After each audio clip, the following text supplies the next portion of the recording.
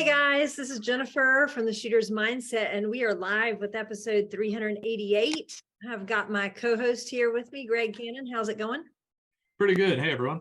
And our guests of the hour tonight, we have Greg Bell and Coulter Mariott. I'm going to let them kind of explain in a minute why they're here and what their involvement is in this organization we're going to talk about.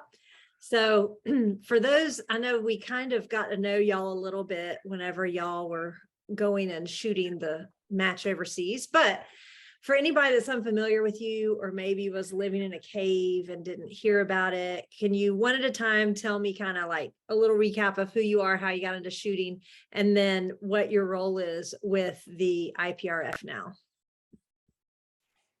I'll defer to Coulter first. Okay, Vice President goes first. So my name's Coulter Mariott. I've been shooting the PRS since 2018. I'm a home builder back in College Station, Texas, and then me and my wife Bridget own a real estate company, have 2 children. She's nice enough to let me go all over the country shooting. I signed up and went and shot the IPRF World Cup match in France this last year. I shot 308 class, the limited division, and was fortunate enough to win that. And so, so I really fell in love with the IPRF and the whole international travel thing, taking the family over there. It was a trip of a lifetime for me. So I wanted to be able to give back. So whenever they asked if I was interested in helping serve on the board to further develop Team USA and that organization, absolutely anything we can do to help. That's awesome. And Greg, how about you? So my name is Greg Bell. I got into the sport, I think back in probably 2015-16.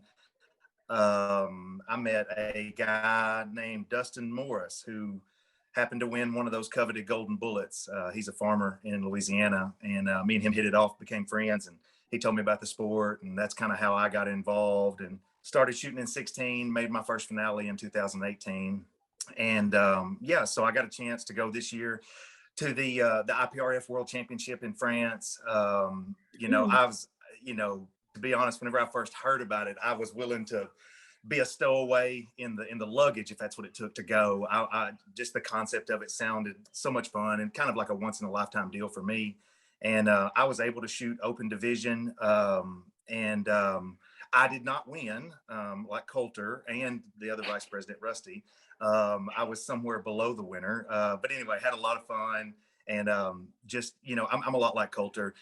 When the opportunity came to really give back, my biggest thing was it was probably the most fun I've ever had in my life over those 9-10 days, and just the opportunity to be able to provide that for somebody else was really a big driving factor, because it was just the trip of a lifetime for me. And so I would love to see other people be able to enjoy that the way we did. I loved whenever, we were doing shows about the IPRF and about the match over in France and all this. And you were like so excited. You were just like, I just want to go. I don't even care if I shoot good. I don't care what I do. I just want to represent America because I love America. And God bless America. I want to go. And I absolutely loved your spirit, though, because I feel like we need more of that in this country, of being proud of your country and wanting to represent it, So I just loved your whole attitude about it. I was so excited when you got chosen and got to go, because I know as soon as it got announced, you were wanting details and wanting to know, how do I apply? So I think that's great. And I think that it will carry over well with you being the president and having that excitement and that pride in our nation and letting it be contagious to other shooters. So I think it's great. I hope so. I was definitely Eddie eager whenever it came to the application process. I'm pretty sure I had mine in like 3 minutes after they sent the email. And so, it was, anyway, it was very much an honor to be able to go, and probably a once in a lifetime opportunity for me. And I'm very grateful.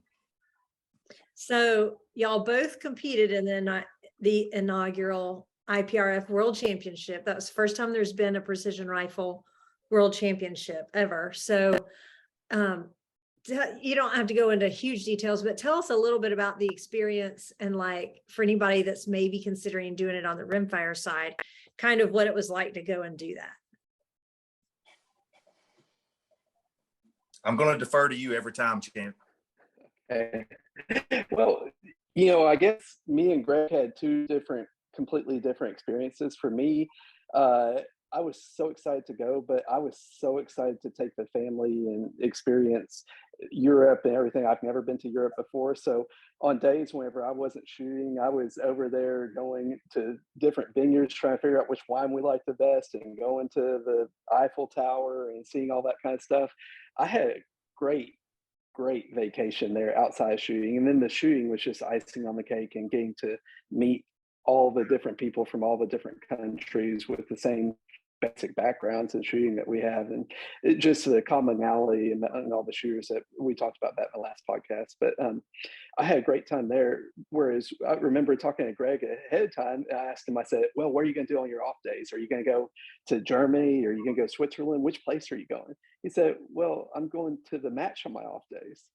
I said, why? He said, because I'm over there to shoot the match. That's the most exciting thing that I can be doing in Europe, is being at the match, representing Team USA. And so I remember talking to my wife, I was like, maybe I'm doing it wrong. And then we went and had a great time anyway. So I think we both did good, but completely different experiences over there. Yeah, you were there. You were cheerleading everybody, weren't you, Greg, on your days? He was. Shooting. Oh, Right. From what I heard, every time somebody turned around, you were there with like a water bottle or something that I they don't know needed. if it was like, not give me too much credit, but anyway. Yes, he brought me granola for breakfast. He did. fresh picked granola from a granola. Yeah. And I will say that Greg Bell probably posted more on Facebook over the course of that week than probably the last 6 years combined. Yeah, I will agree with that. And I appreciate that, because we were then going and sharing your post so that more people could, stay up to date on what was going on there. You're one of our best sources of information. Well, if you can't shoot good, maybe you can post good, I guess. I don't know what to tell you. That's what I do. I'll tell you what, the live feedback that I was getting from the States, from all my friends here in the United States, whether they were shooters or non-shooters, during the match was probably my single neatest thing about being over there. It was pretty amazing how live, day to day, stage by stage they were following. It was cool. I think it's because of Greg. I literally had a monitor devoted to scores. Like, I have 3 at work, and like one was scores, and then the other one was half Facebook. Glad you got some work done. Greg, what was your experience like? It was, it's hard to say. I mean, really, I was thinking about it, and I guess you consider, so me, Buck Hawley, and Matt Partain all were together as far as we flew together, rented a van, drove across the country and everything. And then also you had Rusty and Paul Higley and Morgan King that all rode together, and we all 6 of us stayed in the same house. So I would liken it to almost the movie Tommy Boy is basically how the trip went, just nonstop shenanigans. I'll say this, we got our money's worth in fun. We had, from the time that we left Atlanta until the time we landed, I don't know that I quit laughing for a very long period of time, unless maybe I was sleeping, and I was probably chuckling in my sleep, much less the experience of being able to shoot, to meet new people. I really can't emphasize that enough, how neat it was to see that even, and there were, I would say most people there spoke some English, probably better than me for the most part. But even if there was a language barrier, the culture of kind of helping each other out, of friendliness, of good job, those type things that you see that started kind of in the PRS, you see that carry over even into the world, which a lot of those countries have PRS there as well. So it was just, I couldn't say, I could spend the rest of the night saying lots of good generalities, but it was just the most fun I've ever had. And even Coulter mentioned on the off days, one of the most fun things for me was on the off days, being able to help teammates, and look, maybe all I did was give them a bottle of water, or maybe, hey, look, what are you thinking about on this stage? Well, do you want me to grab my bag? Because I carried gun and bag every day, just in case somebody needed something. And that's not to pat myself on the back, but I enjoyed that. And it's just a different atmosphere than even a 2-day here, because though we're willing to help each other, there's not necessarily a common goal. There is a singular goal. Whereas when you're there as a team, there's a huge common goal. And that was really neat to experience. Yeah, for sure. After day one, I think Buck was beating me by like 7 shots or something. Normally a PRS match, I'd be like, gosh dang, how can I make those 7 shots up?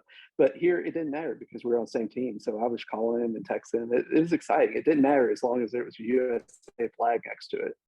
Yeah. I will say I've shot, when I shot Mammoth Sniper Challenge, that's a team match, and it was a lot of fun. It is a very different dynamic when you're on the same team and you're trying to do it together.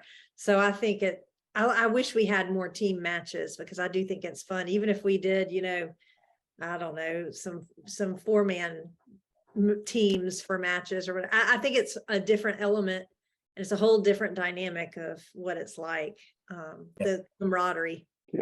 Yeah, I agree. So let's see. How did you come about to become the president and the vice president? You may take this one, Coulter. Yeah, that's all you, bud. You know, a man could make a joke and say maybe we were too naive to say no. You know, I think Coulter already answered some of it with, you know, the point of wanting to help and stuff like that. What we did is, once we got back as a team, we just held elections, and there was nominations, there was votes, and so the team voted on it. And that's kind of the way the cookie shook out, I guess, or the cookie crumbled. You know, but there was pretty good consensus on where everything went. And it hasn't been mentioned because Rusty's not on here right now. But, you know, I did become the president, and then Coulter and Rusty Ulmer are the vice presidents as well. Is there anyone else Yeah. on that? That is a good we tried question. getting Angela Zane to do all 3 positions, but she wouldn't do it. So This is part of being new to the position, and I probably should have had clarification on this before you asked that question. Not from you, but on my end. I believe Katie Godfrey may still be in the role as secretary, and that's just my fault for not even actually, again, being pretty new to this and not having a perfect grasp of everything just yet. That's awesome. That's a good, strong team. Lots of diversity. I think so, especially with, you know, which I'm in Arkansas, Coulter being in Texas, but really, you know, Rusty's perspective out west, you know, and from his division as well, has been really beneficial. And you know, that being said, none of this is really I feel like all 3 of us have done a very good job of really just conversing with the rest of the team members. No matter what we're doing, we're trying to just at least communicate amongst ourselves to keep this moving forward and to provide, hopefully, maybe an even better opportunity for the next group that goes. That's awesome. Greg Cannon, do we have any lives? We have a bunch of lives. Start out oh with wow. Eric Lumberg saying that the team is in great hands, or 2 good guys right there. The team's in great hands. Ben B said, "Good day" from Australia. Hello. Gina said pretty much the same thing I did. The live scoring was awesome. She was at work while everyone was shooting. So it definitely kept her entertained while working graveyards. Derek Webster wants to know, Greg is at laundry day, and I'm not sure which Greg he's talking to. I assume, knowing Webster, he's probably talking to me, and I don't even know how to respond to that. I got nothing, Webster. Eric did say Katie's still IPRF Council Secretary, and that you're doing great. Okay, yeah, I'm assuming Webster is making fun of the fact that I could be considered the Carhartt cowboy, and I'm always wearing Carhartt, and today I'm representing my newest sponsor, and that's a joke because he doesn't sponsor me, but Clay's Cartridge Company. That's great. I do think that this match had more national interest here, as far as wanting to see the scores and know how it was going. The last matches that I've seen kind of drum up that much interest were the AG Cup, the couple years of AG Cup. When that's going on, a lot of people kind of watch it because the money that's involved is kind of a different match. So people that aren't there watch it and want to see who's winning and what the scores are. And I definitely felt that with the match in France, and I anticipate the rimfire will be the same way. I think just with it being a national, nation against nations, international match, I think people want to see where we stack up. And again, with the team and everybody feels like they're part of that team because of our national pride. So I think I don't know of any other match that has the same draw to get the live updates and all. So. And hats off to the Europeans for their live updates. I'm still mesmerized by how they were able to have everything so up to minute. It was amazing. Yeah, it'd be cool if we could get that over here for matches. Have it going along. It was pretty interesting to watch. And it's always interesting to watch PRS scores or any precision rifle scores, because depending on how many round stages you're shooting, there can be some big swings. Yeah. Greg, are we at the midpoint? You want to do your midpoint spiel? Yeah, the spiel. So we're about at the midpoint of the show. Remember, if you're watching us live on Facebook, ask any questions you may have of the guys here in the comment section of the video, and we'll ask it live on air. Other ways to catch us, you can always check back to the Shooter's Mindset Facebook page. The videos stay up there forever unless we get zooked or something. We usually upload all the podcast apps the night after the show. And then finally, everything eventually ends up on the Shooter's Mindset YouTube page, which is a great place to catch historical episodes. So now that we got through that, the big news for this show is really the Rimfire Championship that's coming up in September of 2023 in Italy. And I know there's probably a lot of questions about it. And I know it seems like it's a far way out, but it's really not. I mean, it's what, 10 months? It's going to be here. So, that's really a lot of time when you think about what all has to happen with picking a team, finding out who can go, and then logistics of all of that. So what details can you share with us now on the match so far? I don't know who to go first, Mr. President. I'll let you go. The details so far right now is, maybe that's a correct way of saying that. It will be in either very late August to mid-September. They're still nailing down those dates. And honestly, unfortunately, I don't have that exactly this second. I expect to have those by the end of this month. They do have the place where it is held announced, and I'm not even remotely going to try to pronounce it. But it is on the USPRA announcement for the selection process. It's basically within an hour of Rome. So I think that's going to be a great location as far as travel and everything and being able to see the country.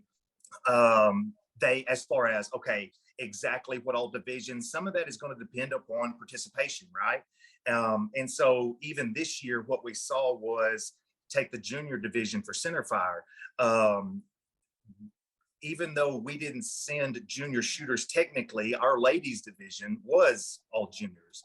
And so some of those things, a lot will depend upon participation. Here's what we do know, gotta be careful, is we'll be sending 6 open shooters, or there will be 6 slots for open shooters.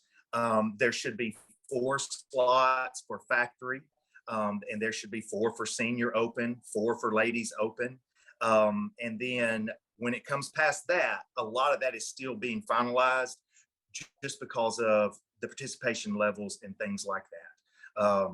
Again, you mentioned we're 10 months out. So that's a long time, but it's not when, as far as we're concerned, you're trying to prepare for a trip like that. It wasn't free. It was not cheap. The time off work and everything else mattered. And so, what we wanted to do on our end is obviously I'm not a match director or anything like that, but what I can do, hopefully, is we can provide at least a good, solid roadmap for what it looks like on our end to get there and to handle all that stuff. So that's what we're doing. And really, I encourage everybody to be patient. I am privy to some of the conversation in the background, helping a little bit with some marketing, and it's really easy to backseat quarterback, Monday morning quarterback, because you don't see everything. But like the juniors, not having a junior division, their intent was to have a junior division. And then when they told all the countries of how many do you think you'll have for each division, I mean, there were countries that had a lot of countries, like the majority had no juniors. It would have been like a couple of Americans and maybe 2 other people going, and that's just not fair for an international competition to have it be, nobody wants to, even a local club, you don't want to go and shoot against 5 other people, because then it doesn't really mean anything to you. Yeah. Whatever. So. Yeah. And, I want to be careful how I phrase this. But the fact is, it is a brand new organization. We are so used to the organizations that we shoot under here, and they do a phenomenal job of literally, without overusing the word, organization. And so something that I've been really impressed with the IPRF is, as something that is still what I would consider not necessarily in its infancy, but very new, it is run very well. They've got good structures in place. Is it perfect? No more than I am. Actually, it probably is quite a bit more perfect than me, actually, now that I think about it. But they are getting this stuff done. It will be done in a timely manner, and it's going to, like I said, it's just a little bit different than what we're used to with the organizations in the States. Yeah, a ton of work goes in behind the scenes. I was joking with them that I didn't open any of my messages while I was on vacation. I had like 456 when I got back. So a lot of work goes into the IPRF. And everybody that's in it is in it not for money. They're not making a dime. They're in it for their heart. This is what they want to do. They really want to see some international competitions. So I would just encourage everybody to be patient. And this is the first one. And once they do it once, then they'll I think they learned from the center fire some things that they can do different next time. I think they did phenomenal on like the live scoring, what we were talking about. So it's just going to be some growing pains getting there, but just hold on and listen to the information as it comes, really.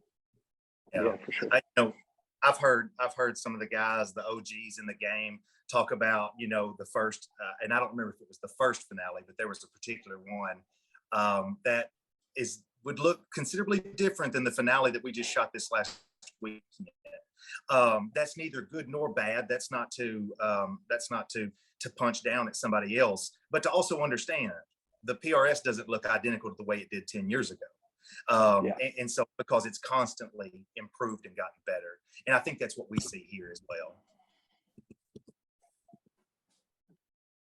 Greg, is there a question from live? Yep. So we'll go into this question, then we'll ask the live one. And the thing everyone wants to know is, what are the qualifications to apply for the team? Okay. Coulter, I'm being a camera hog. Do I need to shut up and let you go? No, you're the one that sent out the update last week. I'd rather you talk about it. I'm having to go back and reference Facebook because I've slept since then, and I got punished at K&M this weekend, so my mind is very scattered. So anyway, here's the selection process, and I want to say this: I've thought about this a lot, and how to kind of work through this, but here's what I'll say. So for us, we were a center fire team, and for the most part, except for 1 or 2 guys on the team that went to France, we've got no knowledge of rimfire. Like, I know less than nothing about rimfire. So we realized early on our inadequacies to come up with any kind of selection process, because we are irrelevant in that side of the sport. And so what we did is we worked through with the team and go, hey, one of the first things is Angela Zane recommended a guy out of the Northeast named Greg Stewart, who, I just literally couldn't say enough good about what he's done, the data that he's got, and how helpful he has been, as all of them. But Mr. Greg has been, man, he probably gets tired of me saying it, but I couldn't thank him enough for the input he's had and the data as we've looked at different things to use for a selection process, we can compare those with how it affects. And what that means is, if we're swaying it one way or the other, then it becomes really clear without having to wait for applications and see, oh, golly, we really messed this up. We're able to look at it on the front end and realize, no, this is actually a very solid system. The other name that was floated out was Rusty Ulmer mentioned Paul Dolan out of the West. And Paul, I've gotten to know him a lot better through this, and his input has, again, just been so invaluable from that side of the country, and also as an NRL guy, and a very top shooter himself.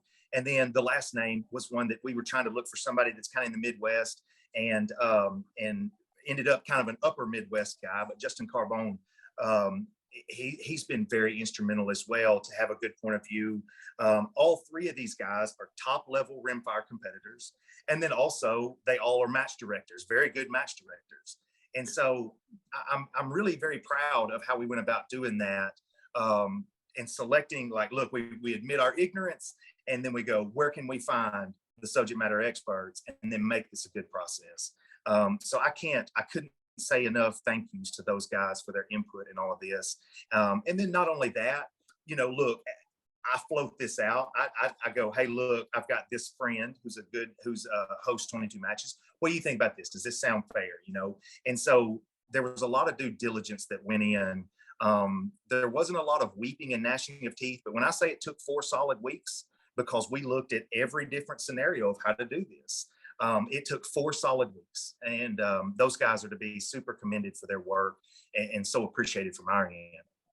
To actually answer the question without qualifying it, so we're going to start. The bare bones of it is you're going to submit all of your national championship rimfire finales that you've attended. So, and that's from 2021 calendar year 2021 and calendar year 2022. So what we're looking at is submit any of those national finales. That would be 2 NRL and then 2 PRS as well. What we're going to do is take, but you're going to submit them, but what we're looking at is your top score. And then after that, you're also going to need to submit a minimum of your 2 highest one-day scores. So what matches count as qualifiers for those matches? One of the things we realized early on is there is not a lot of parity at times in 22 matches. That's not to do anything to talk that bad about 22 matches or anything like that. That's just a fact. Is there's not a lot of parity. A lot of times it depends upon the region and the strength of the 22 community in that region as to where you have good solid parity amongst the matches.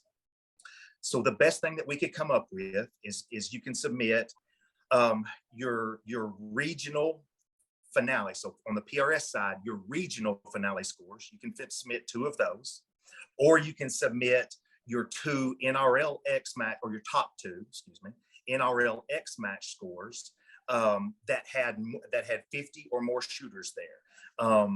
People go, well, why did you choose 50? Well, man, here's why. We had to have at least some number. Well, why was the standard set at 50? Because what that allowed us to do was make sure that we didn't have 80 possible matches, or however the number was. What we wanted to do was try to have some parity amongst the NRL, X, and then PRS as well. And so by using 50 as that cutoff, hopefully it ensures a good level of competition at that match. But then also we're still talking about, I can't remember if the exact number was 23 or 24 NRL X matches that you could submit scores from. Will there be people that have a problem, with those standards being used? Man, that won't surprise me at all. And throughout all of this, I want feedback. Even though I'm not the one that I don't make these decisions necessarily. I'm one vote. The team voted, and the team voted that this would be the process we would use. I still want feedback because I'm always looking to inform my opinion on the way we do these things. And I have gotten some good feedback. None of it yet has called me dirty names or anything. But so far the feedback has been fairly positive, but there's been some stuff that I have to go, that's not something that came up so far. And it has to be acknowledged, without me being extremely long-winded like I am, that a lot of this was, we were trying to get this done in a timely manner. The elections were held somewhere around mid-September, I believe. And we managed to, mid-October. And we managed to get, I feel like, a very good selection process put out by November 1st. That was my goal. Going forward, our plans are to have these selection processes put out a year and a half in advance. You go, well, why not 2 years? You know, you go from the center fires every other year and the rim fires every other year on those in between years. Why not every 2 years? You know, some of this is, do you know how hard it is to come up with a relevant selection process 2 years in advance? It's not impossible, but it can see impossible from there. And so, you know, our goal is to have this put out a year and a half in advance of each of these matches. And I think if that's the case, people will start to see that, hey, look, this is what it looked like last time. It may be modified some in the future, but hopefully we're going to start to give some continuity to shooters, so that even though we may not have even put out yet what, you know, 2025's selection will be, hopefully they can go back at what we've already done and they go, okay, it's probably going to look similar to this. Yeah, I should probably sign up for that finale. That seems the thing. And I think it would be great, you know, people that are serious shooters about competing at a national or an international level will find ways to make it to some specific matches. You know, it's like all of the AG Cup shooters, they will find their way to make it to those matches with, what is it, a little gold trophy on it. You know, they'll find a way to make it to their AG Cup qualifier. So I think it would be great if, you know, well in advance, you knew, like, hey, for the next 2 years, you know, here's a list of 10, 15, 20 matches that are going to be looked at to compete in the world championship. And over the next 2 years, or over the next year, I need to work at getting in it, you know, getting some of these in to get these relevant scores. For sure. You know, And that was part of why we were shooting for November 1st, to make sure try to give people plenty of time if they were on the fence for signing up for the PRS finale in the beginning of December, to help them try to make that decision in regards to going to Italy. Well, and also what that'll do, if you, I mean, it's happened just organically with the AG Cup matches. If you look at the rosters of matches, those matches have more of the highly competitive shooters, I guess, if you want to say, because it's a qualifier for the AG Cup. And so it doesn't dilute them out over all the bajillion matches out there. It kind of concentrates to some of those. So you get a little bit more true, I think anyway, a little bit more true idea of, you know, the competition. I mean, one of our local NRL matches, I won. I'm not that good. It was just who was there, you know? And we'll be looking for your application. There we go. But you know, you might have some that are shooting matches that traditionally don't have a lot, you know, don't draw a lot of the top shooters, because I mean, people know, and they're like, oh, I can go there and win and you know, get a W on the books for it. So I think it's good that y'all are kind of making it specific ones, so that I think it'll give a more true, you know, idea of who is the best shooters to go. Yeah, you know, something that we kind of started with as a foundation is, number one, not all matches are equal. And good, because if I just had to shoot the same match every year, every week, you know, I'd quickly get bored. But what that also means is not every win is equal to the next one. And that's not to be rude towards anybody or anything like that, but there are matches that are harder. There are matches that have much more competition. There are matches that are easier with less competition. That's not to take away anybody's performance. But that's kind of the basis that you start with. And at the same time, the word selection, you know, inherently means that you had a pool of people and you had to pick from that pool a certain group. So something else that we started with as a foundation is, we go, well, our goal is to pick and to send the best team. Well, what you find out really quickly is my definition of what's best and your definition of what's best, the best team, may be very different. So you have to acknowledge that. And at the end of the day, somebody, some group of people has to choose. The USPRA is the IPRF recognized organization for the US. And to the best of our ability, we will always listen and try to make that process better and better each year. But also understanding that by necessity, there will be people left out. I'm pretty sure, South Africa, the Center Fire World Championship will be in 2024. I don't know that I'm gonna make it. And I get sad thinking about it, but that's okay. That's part of the selection process. And there's at times there's no way to sugarcoat that. Although we don't have to sugarcoat it, we do want to make sure we have got the most well thought out process we can. And that's what I hope we're doing. Greg, you got some Yeah, and lives? something. Piling up. Lord, do I got some lives. All right. So we'll start off with one from Regina. She said, for the Rimfire Championship, how recent do the standings in the state have to be? And if you've won every NRL 22 match you've ever shot, does that help? And she's definitely just asking for a friend. And so if you don't mind, would you repeat the first part to make sure I understood it? So how recent do the standings have to be?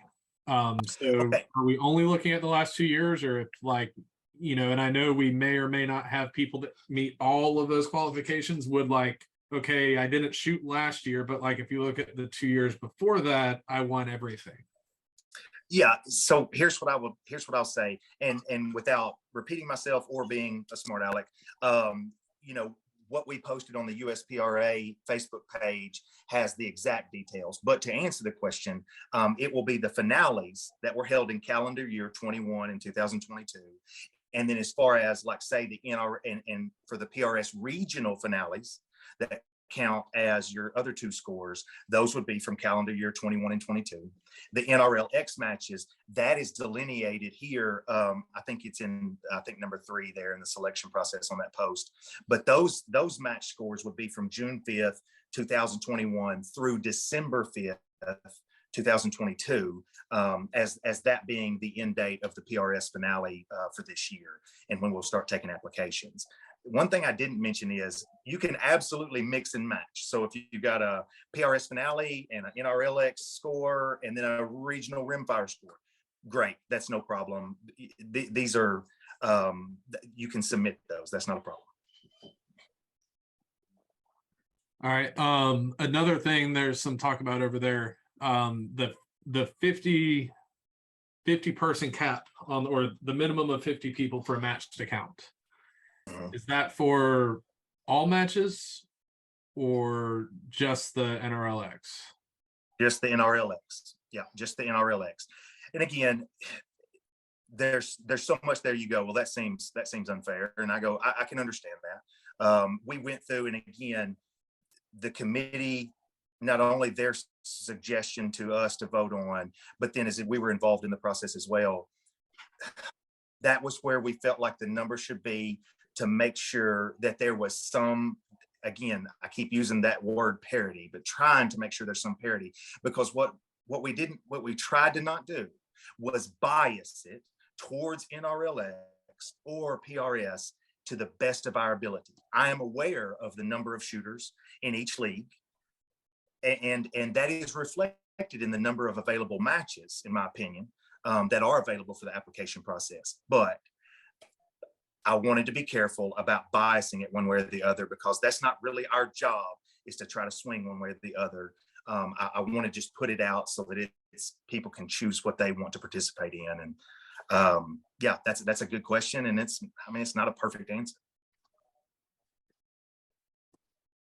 Something I didn't answer on Regina's question was if she's got all these scores from 2 years ago, or maybe they fell outside that application period. Please submit an application. If there's people in front that their scores meet that criteria, then yeah, they're going to have preference, because at the end of the day, here's what I don't want to do. I want to call balls and strikes when it comes to scores. I don't want to use judgment, because if it's left up to me well, I think this guy's a better shooter, well, I really got no way to defend that other than my opinion, and my opinion really doesn't matter that much. But I am encouraging people to submit their scores. you don't know how many people's going to apply. So please do. All right, I'm trying to catch up on lives here. I got a lot coming in on literally every possible way to communicate with me, short of smoke signals, thankfully. So one, not so much on qualifications while I catch up on this. Zane Herman asked if he shot all of his matches in production or base class, would he only be qualified for a factory spot, or could he also get chosen as an open shooter? So that's a good question. And that was something that was brought up this weekend that honestly really caused me to stop and think and double check on how we have thought about this and what we have done. And here's what I'll tell you. Right now, PRS production division, and I'm assuming it's called production in rimfire. I actually literally don't know that, but I'm assuming the rules and the qualifications for the equipment on the PRS production division are very different than what the IPRF factory division looks like. So right now, if I was to take your production scores and use that like, hey, you get preference for factory because you shot production, the problem is that's an apples and oranges comparison as of today. And so all I know to do today in this process that we've done is, yes, your scores would absolutely count for open. Is this subject something that that we will have to revisit and look at more? I think it is.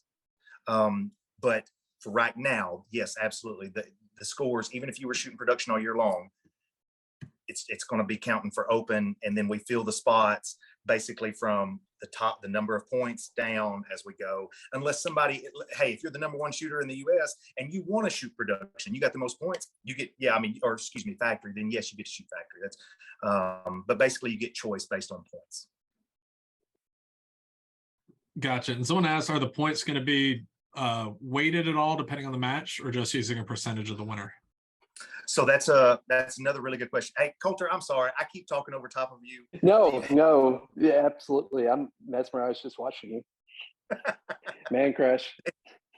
It's amazing that I can. Here's the honest answer. That is something that we're going to have to sort out in the next 3 to 4 weeks. And here's what I mean. The way PRS does scores and the way NRLX does scores are not the same. So that's an apples and oranges comparison if we had to go there. So there's 2 options on the table. We will either normalize.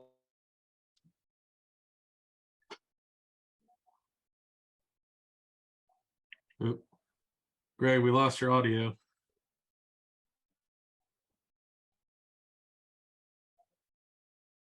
Is that Arkansas internet? Yeah, I think the Arkansas internet's kind of faded out a little bit. Gosh. Do you know where he was going with that?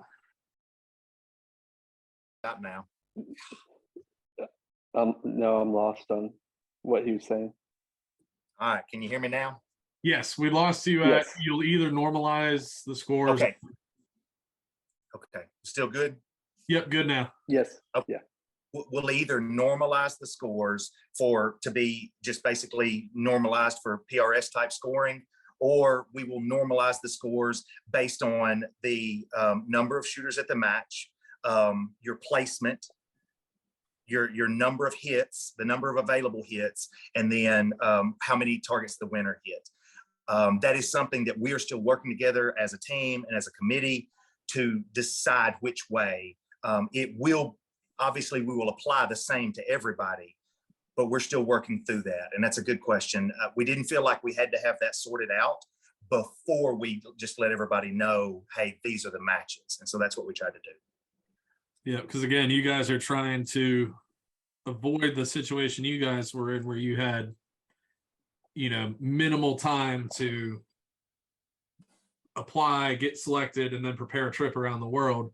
You guys have been in that position and are just doing your best to push everything out to the shooters as fast as you can, as soon as you know something is for sure. So if something's not totally done like that, that's just so that you can get information to the shooters and get them more prepared quickly. Yeah. So it's not something that we haven't thought about. We're absolutely working on it right now. All right. So if somebody is not qualified, so you said and I'm sorry, I've been trying to read questions and listen to answers and everything all at once. So you got to have 3 matches and at least one of them needs to be a finale? That's correct. So if you haven't shot a finale, I was talking with Prentice Wink yesterday, and there are still open spots available for the PRS finale in Texas that's coming up. That's correct. You have to be a PRS member, but you can always buy a PRS membership on the website. Yep. So if you're just like, dang, finales didn't line up the last couple of years, something like that, there is still a chance. Yeah. And again, if you only have one qualifying score, please take the time to submit it. We have no idea how many people will apply. And if you've got one qualifying score, hey, you may end up being there. The fact is, we were handed a match that needed to have a selection criteria done within about 2 months, and nobody knew about it. So unfortunately, you go, why didn't I know about this a year ago? And you go, hey buddy, I didn't know about it a year ago. We're literally just, in this instance, there's some grace required to understand our position of trying to do the best we can. Yeah, you're getting the information to people as fast as you possibly can, so they have as much time to prepare. Then also, if you still need a not a finale, or you want to try and bust it out and really train and get another good score, and there's still time on the NRL 22X side as well. Yes, there is. They got the Southern Tier Precision match, the night match before Christmas, and there's one more too in November coming up. Yeah. So there's still 3 NRL 22Xs to qualify for. There's still the PRS Rimfire finale that you can get in on. And I know it's going to be last minute, but if your goal is to fly across the country and compete for your whole country, I think you could pull something like that off somehow. It's going to be a shorter flight than the World Championship, I promise.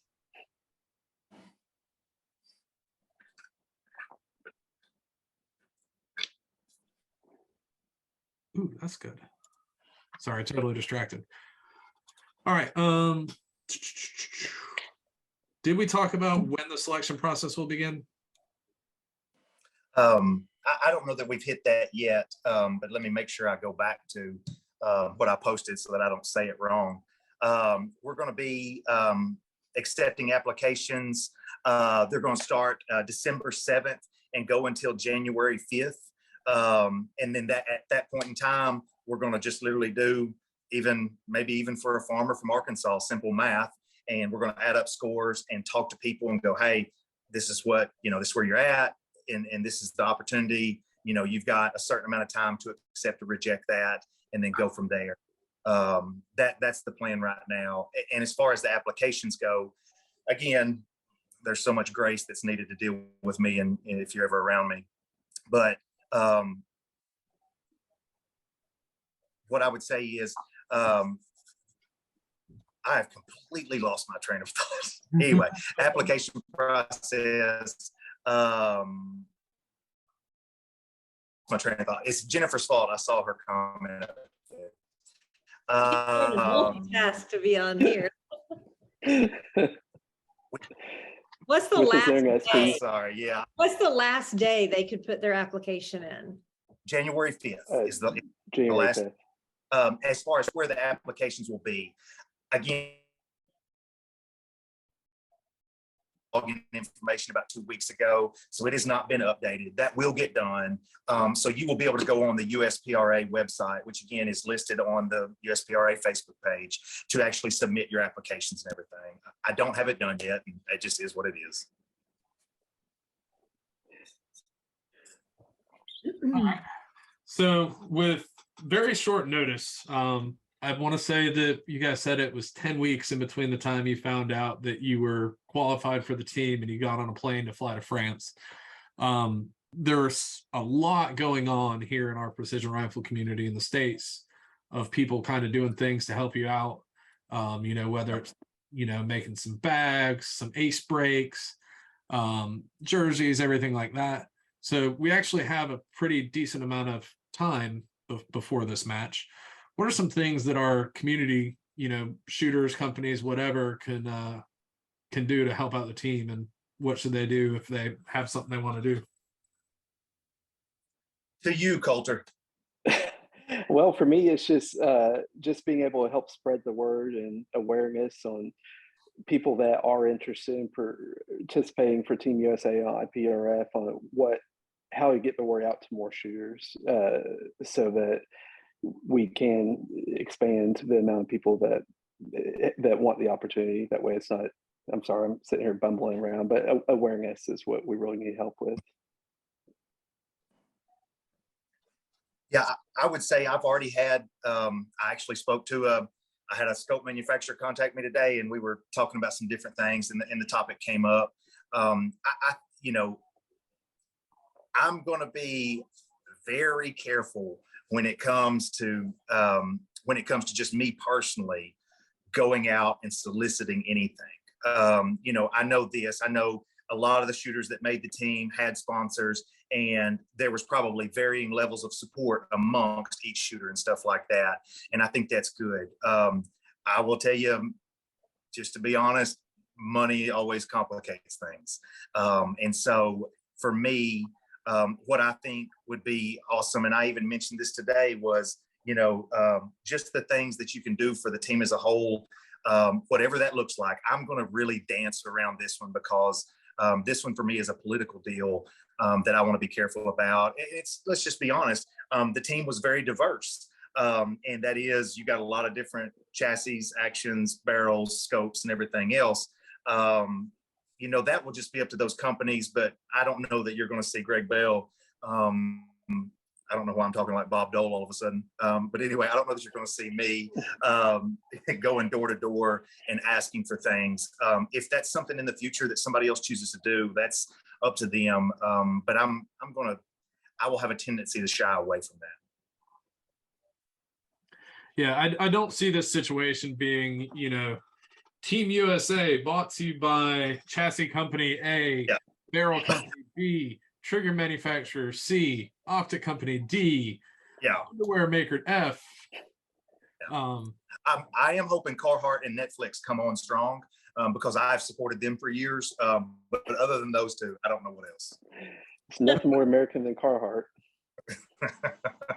That's right. Somebody had a follow-up question to the about selection of the team.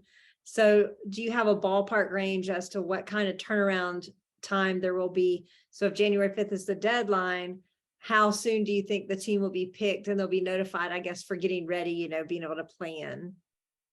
Yeah. So here's what I would say. You can see our intent in so many things is to give lots of information in a timely manner as soon as we can. So here's what I'll say. And especially, again, giving credit where credit's due, to Greg Stewart, you know, he's already got spreadsheets set up and stuff like that. We will need to obviously proof those to make sure, you know, the one thing that we want to do more than anything else is that everything's above board, everything's transparent. And so, you know, my goal would be to have the team. My goal would be for me or somebody else to contact the top shooters that have had applications within 24 hours of the ending of that period. That would be my goal. And then as far as the amount of time they would have to answer, I'll be honest with you, put me on the spot. I would say at least a week, and it may be 2 weeks or 3. Honestly, I just haven't thought about that. You know, we have time, because if you're talking about January 5th, we're still 9-10 months away, you know. So I want to give people that opportunity to make good decisions. At the same time, if somebody's not going to go, then I need to contact the next person, you know. So anyway, that's a very good question. I'm sorry, I kind of look like a fool that I don't have a perfect answer, but it should be an adequate amount of time. Well, I mean, considering you have no idea if you're going to have 14 applicants or 1,400 applicants, you know, you don't know how long it's going to take to process. Yeah. You may want to consider having alternates, like already have identified you're an alternate, you're an alternate. If someone backs out, breaks a leg, whatever, you'll, you know, move up, as long as the IPRF allows that. You may have to submit names.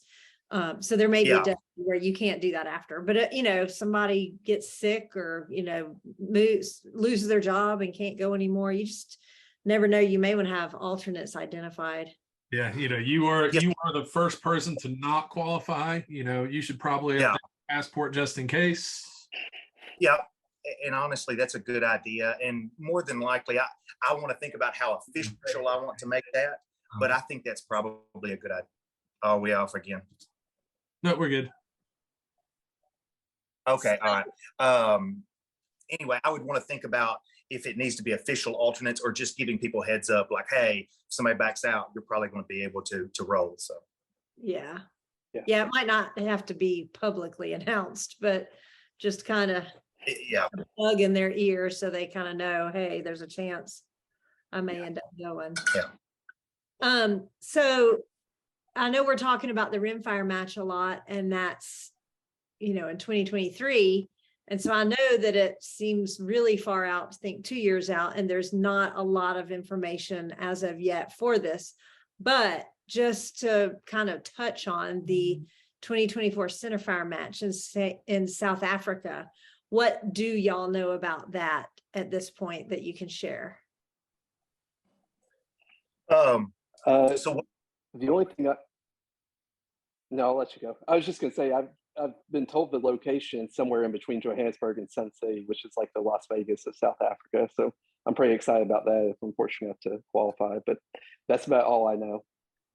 Yeah, I think the location may be Sun City, but to be honest, that is something, especially being about 20 months out, they're still finalizing that as well. It is for sure going to be South Africa. As far as the selection process for it, that was our second biggest priority after getting the rimfire selection done, was getting the centerfire selection done. So we have just started on that actually basically today. We released rimfire selection last week. A lot of us had the finale this weekend. And so now we're getting started on centerfire selection. My goal, and I feel like it's attainable, is to have that announced January 1st. That's what I think we're hoping for. And there's a lot of stuff to sort out. There's going to be more opinions and things like that to kind of work through. But one of the things that has been a joy in doing this job is the people that are around me. All of them have been phenomenal, and really they carry a huge weight, or almost they carry more water than I do. And I'm very confident in the team that we have put together to not only get the selection process done, but get it right. And so not giving away details, because I know y'all are working on those, would you have any advice to somebody that's sitting here that's like, I really want to go to 2024? Like, what advice would you give them as far as what matches would maybe be good shoot, hey, you should go for this, or any tidbit? Yeah. So, yeah, absolutely. So here's one that I'm sure of, and that is, put this in your notes. Shoot good. I'm 100% sure of that, because there's a limited number of slots. Yeah, exactly. Yeah. Yeah. Just shoot really. There is a limited number of slots. We're looking at, like, for me, I would have six slots in open, 4 in factory, factory, and then 4 in limited, which is 308, 223. Hey, there's a lot of good. I expect there will be a lot of good shooters competing for those slots. As far as specific matches, we're still working through that, and I want to be really careful. Excuse me. Bless you. I want to be very careful about getting a cart before a horse there. I will say this, so I can go ahead and get maybe a little bit of hate mail out of the way. What we shot, and I think Coulter would agree, what we shot in France was a PRS match. We will probably lean very heavily towards using PRS style matches as part of the selection process. And I know some of that goes, well, it sounds like you're being vague, but I'm not. What we saw was it's a PRS match or PRS style. And so that's going to be the way we lean. And I'm just want to go ahead and put that out there so I can get the rumpus over faster, I guess. Well, I mean, it makes sense. There's a lot of matches that are very different, team matches that include rucking. And if that's not part of what the world championship is going to be like, you would want to pick the Yeah. types of matches that allude to, doing well in that, and then you'll do well in the world championship. So, I mean, you wouldn't want to get a distance runner to go do sprints. Yeah. Yeah, I agree completely. And I mean, the match literally looked like a PRS match. And talking with a lot of the guys overseas, they get their inspiration for their matches from watching stuff like our AG Cup coverage, the all the different match videos like that. And most of it is based on PRS style matches. And there's not a lot of things that are PRS style matches anymore that are not PRS. It is what it is. Again, if we were trying to send a team of the prettiest women in the US, this is a modeling competition. Here's what you're not going to do. You're not going to send me. Number one, because I'm not pretty, nor a woman. I could outshoot all of them, but that has no bearing on sending the best team. And so that's not to be disrespectful or to make light of it. I'm just, at a certain point in time, we have to just deal with what it is. And it is a PRS style match. So real quick to lives, Prentice Wink finally showed up over here, and he missed the whole thing about how I told everybody watching that they need to go and sign up for his finale. No, you're not a model, Prentice, and I do not want to see you modeling anything besides for overalls. But you missed the part where I told everybody to go shoot your match. Okay, back to where were we? I'm not sure. I thought you were going somewhere with that, but it just kind of died. Are either of y'all gonna try and compete and go and make the team for 2024? I can't speak for Coulter. I hope that I do. I will tell you, if I keep shooting like a one-eyed dog, my chances are pretty low. But that's not what this was about. And something that, Tate Streeter said to me whenever I was even nominated, that I've just been very cognizant of, and that is, Greg, whatever you do, don't make it just the good old boy system to where we try to just basically protect our own. And hey, look at this. I can choose just all the matches that I shot, and we're only going to take the 30th place person, which happens to be me. We're not going to do that. If I earn my way on the team, then yeah, I'd love to go. I think the odds are probably a little bit against me right now. But I would love to. Yeah, Coulter Mariott sitting right here right now. I would absolutely love to go to South Africa, but I've got a 3 and a 5-year-old at home, and I can't even tell you what we're going to be doing tomorrow, much less a year and a half from now. So it's pretty tough. That's very, very fair. Very fair. I like that y'all don't want it to be a good old boy system, and you want it to have some integrity to it over the years, not just done this way. And transparency for sure. Yeah. I agree with that. I think that most people can get on board with things. If you're transparent about it and you show how you came up with your system, most people, can get on board with it. You're never going to please everybody. No, you can make everybody mad, but you can't make everybody happy. This is true. I do think, although chocolate helps. If I'm around and you want to be happy, chocolate helps. Just saying. That advice is especially good on election night. That is funny. So with y'all being in these positions now and wanting it to have integrity and all, what do you see for the future of USPRA in 2 years and in 10 years? I'll take it, Coulter, if you let me. Good. Yes, please do. So, as far as I'm concerned, as of right now, man, we were elected for a 2-year term until there's another centerfire team. And that's something that's going to have to be discussed down the road is, well, does centerfire, or is it rimfire? Honestly, we're going to have to sort that stuff out. I will continually ask for grace from people because these are things that it's just brand new. We're still trying to sort out. Here's what I can assure you it's not going to look like. You will, I hate it. I got to be careful. But anyway, it will not look like the USPRA holding matches. I can guarantee you that. Our jobs are to select the team that goes to any of the IPRF championship matches. That's our job. And so that's really it. If somebody else has a vision outside that, they didn't tell me, nor did I adopt it whenever I came in. And so, I mean, what I hope to see is just a really good selection process for the next 10 years. That's it. You know, and maybe I'm missing something. I would like to see the applications grow to where you have like so many applications that, you know, it makes it difficult to really get it down to but I think doing that will actually get our truest top shooters going, which I think is a good thing, you know. Yes.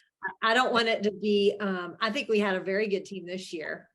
And I was glad because I was a little bit worried. It was very pushed for time. It got really crunched. There were some things going on behind the scenes that everybody didn't know about that kind of made it difficult to get it out any faster than what they did. So then it was crunch time to get a team together. And I was a little worried, like, oh, I hope we actually get, you know, some good shooters. We don't get like all the people like me that just kind of shoot a little and that's the only people that want to go. You know, I really was worried about it. But it really did turn out to be a very well-rounded, good team. I feel like it was a lot of good shooters. And I think it was a lot of good people too, which to me is important that people go over there and represent our country without being butt heads, but that's just me. But yeah, and so I would like to see it continue that way where there's a lot of people applying, you know, and it's a big competition to who gets to go. I think it'd be great. Yeah. I think one of the coolest things would be if you guys kind of get ahead of the game. And, you know, I know right now it's really crunch for time, get everything go. But I think it would be cool if when, you know, 2024 comes around and I'm sitting here looking for rimfire matches to shoot, I go and I look through the NRL 22X list and it's like, you know, there's some with like a big American flag next to them. And, you know, if you guys could work with all the different organizations and do kind of, you know, literally an exact copy of what the AG Cup does, is go to the, except for among different organizations to kind of help, you know, be that over body bringing everybody together and say, you know, you can shoot this NRL 22X, you can shoot this PRS 22. And we had a comments a little while ago with a whole lot of words on it. But the biggest thing that they said is that people that are qualified for AG Cup have to travel to shoot. So you can't just stay in your area where you know the wind real well and you know those 5 ranges that are within 2 hours of you. So if we came up with something like that where stuff was scattered around and, you know, kind of make it where you can't just shoot, you know, I can't just stay here in Georgia and shoot. I got to go travel a little bit further and to, you know, make people shoot against different people. And then in turn, you know, giving back to our organizations that we have here in the States, draw more people to some of their bigger matches because, you know, that's where the good guys are going to be, you know, that's going to bring more sponsorships to those matches. That's going to bring more shooters to those matches. And it's going to do nothing but help grow the sports here in the States. Would you ever see it going to where, and I ask this because there are countries that did this for the France match that did it this way. Would you ever see it being the applications are so competitive that it's difficult to choose to where you would have like a shoot off match? I know USPRA doesn't want to run matches, but have like a qualification match where they all come together and shoot under the same conditions. And then you pick the top this many, you know, for each thing, or the top 10 and they get to pick if they're, you know, in the rank that they came. Would you ever see it going to that, or do you think it'll always be based on points? I think that's a good question. Here's what I'll say, and this has already kind of been discussed in the background, you know, with different ideas and things. I wouldn't say no to that. What again, I want to just reiterate is it would not be a USPRA match. I don't ever see that. But here's kind of the issue. And again, a lot of this takes more than just, because on the surface, that sounds like a great idea. But what happens when you start maybe looking at second and third order consequences is you see, okay, well, what if you have a guy that's killed it all year and he goes to one match and he has a bad weekend or his trigger goes down on him? That guy deserves to go, but basically almost one match may have decided it. So I'm not saying no. What I am saying is I think those are things that take more wisdom than just surface level stuff. And that's not to, again, say that it's a bad idea, because I don't, we'll have to think about that more. But I want to bring up some of the kind of the opposite side of that could maybe hurt your process. So, I would say maybe, and I'm not sure, which is about as unequivocal as I could be. I know different countries did it different ways, their selection process.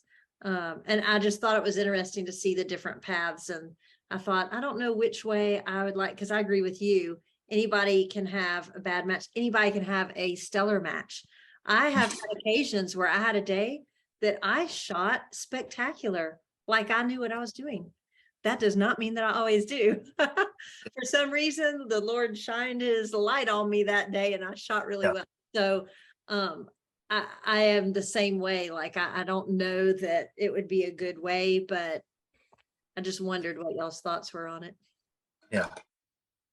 Yeah, it's something that has been discussed and thought about. And again, I won't say no. It's just, one big thing as far as having an extra match is, I don't know anybody, I don't know very many people in this sport, especially the ones that are really committed, that would go, what my problem is? I just don't shoot enough matches in a year. Like, I think most of us feel like we already shoot so many matches, and for there to be another one, and again, it's always going to be based on location. So it's going to penalize somebody else from a different geographical area of the country more than the next guy, just from travel expenses and everything. And so again, it's not no, it's just we've put a lot of thought into it, and probably not, Mm-hmm.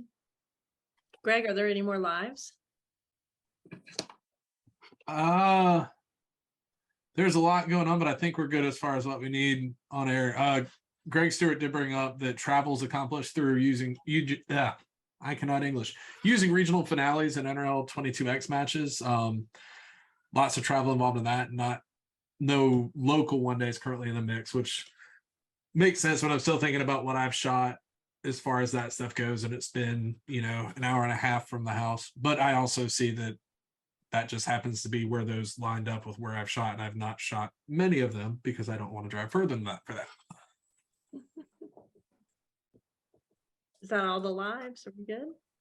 Something else, that was a question that was mentioned earlier, is why was the 50-person thing put on NRLX, but not PRS 22 matches? And specifically, it goes back to some of the stuff that I've learned throughout this whole process, and that is there are clubs in the U.S. That at their 22 match, at their PRS 22 match, now not the regional finale, that would be even different, but even just their PRS 22 match, they may have 80 people every month. So what would end up happening is this thing tends to be biased towards clubs and regions that have great participation. Is that a perfect answer? No, it's still not a perfect answer. I get it. But I want people to see that there was way more than surface thought put into each one of those things. And again, there was a lot of back and forth and really making sure that we were all in agreement.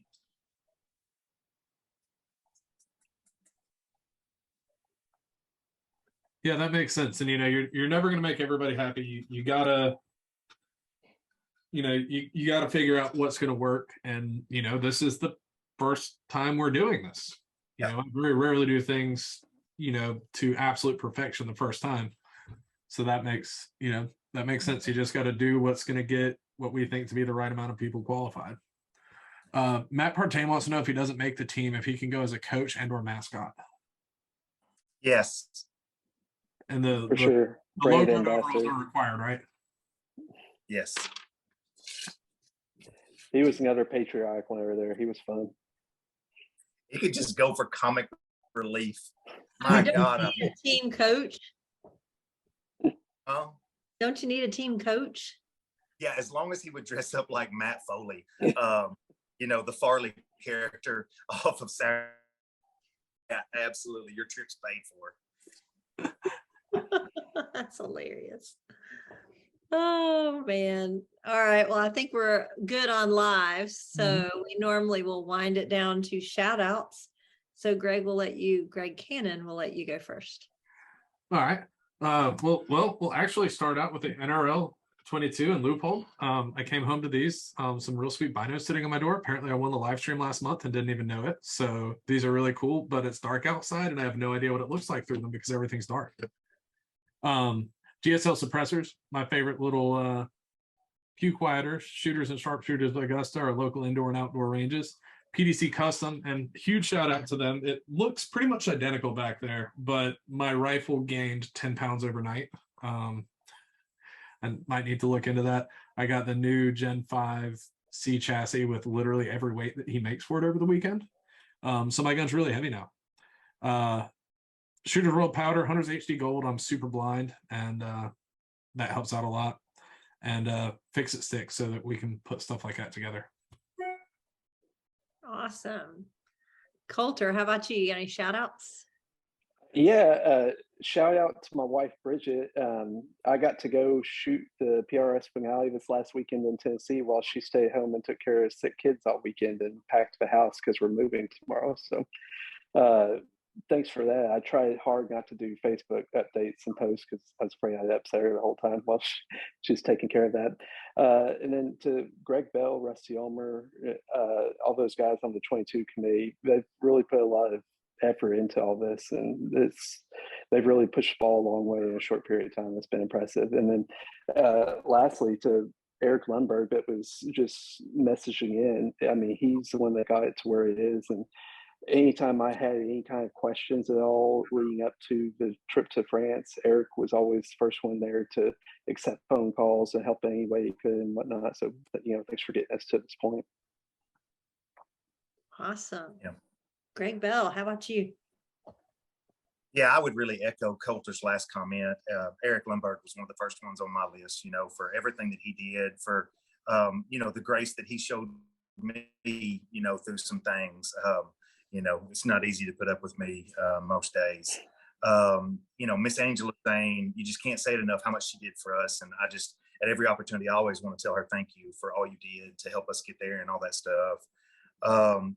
As Coulter mentioned, the 22 committee. Anyway, so many of those things are not only a thankless job, they end up involving, like getting mouthed about it and stuff like that. I was even hesitant to mention those guys' names because I'm so grateful for what they did and the great job they did that I don't want them to take any flack over what I think was a phenomenal job, even if somebody doesn't like it. And so I really appreciate them. You hate to just hit so many things, but, Federal Premium, Impact Precision Foundation, Joe Walls just couldn't ask for a better buddy and a better gunsmith. We Bad and Hawkins, everything they do for me, and I'm sure I'm forgetting somebody. Rusty and Coulter have tolerated me so much.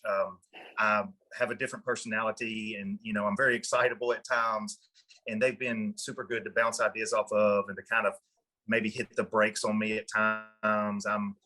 I'm probably wired for 220 when I should be 120 most days. I want to give a shout out to Marcus Olson for the job he's doing with the IPRF. I've gotten to be good friends with him, and I appreciate a lot of that. And then I also want to give a shout out to Shannon Kay for there were some things that I stepped into in this role that had to be sorted out, behind the scenes. And he's just been very gracious to work with. And, I consider him a friend, and the guy shows me a lot of respect. And not only that, just over the weekend, obviously the job they do with the PRS and the finale and everything else, I would be a fool to not thank them continuously. And Christy Hembry and everybody else that I'm not going to mention because I forget. But, I'm very grateful for all of those people and what they do. That's awesome. Well, I just want to shout out y'all for the hard work you're putting in. I know it sounds glorious to be a president and a vice president of a shooting organization, but for anyone that's done it or been close to anyone that's done it, it is a lot of just hard work with little return on it, right? Whether you're running USPSA or PRS or 3-gun, all of them are just NRL. It is a thankless job. And so I want to thank y'all for the time that you're putting in to grow the sport, to grow the team, to be fair and give it some integrity. I know that it takes work. It's not something that just, happens and appears. it's a lot of hard work on y'all's part. So definitely want to shout out to y'all for doing that, and then for coming and spending Tuesday evening with us when you were away from your wives all weekend. And I'm sure they're probably like, why are you doing this show? So we appreciate them for letting you come and do it, and tell all of our viewers kind of how to qualify, what they need to do, for this one, and looking forward in the future, kind of for future matches on the international level. So thank Yeah, y'all. And sorry, thank you so much for having us on and helping spread the word. Yeah, that's what I was going to say. Thank y'all so much for giving us just the platform, and also something I didn't mention to everybody, if you've still stuck around, after I talk so daggone much, I welcome feedback. I'm going to always hope that it's respectful. Sometimes I hope it's disrespectful, because then I just delete it and I don't care. But I always want feedback. I want to do a great job with this. And again, our only job is just to select the best team. But, I'm interested in people's feedback. Don't necessarily overwhelm me with it, but please, if you have questions, comments, concerns, man, don't hesitate to reach out and message me. I'll do the best I can to answer your questions. That's awesome. What's the best way if they want to reach out? Do y'all have any USPRA emails or anything if somebody had questions to bounce? That is a really good question, Jennifer. I'm glad you asked that. Yes, I'm pretty sure I know it. It's info.uspra@gmail.com. It's also on the Facebook page as well. It's listed there. So yeah, you can email us. I'll get that, or contact me on Facebook Messenger, either one. I should see that as well. And the Facebook page is? Well, I know the guy that set it up, but I've got to make sure that he doesn't get it wrong.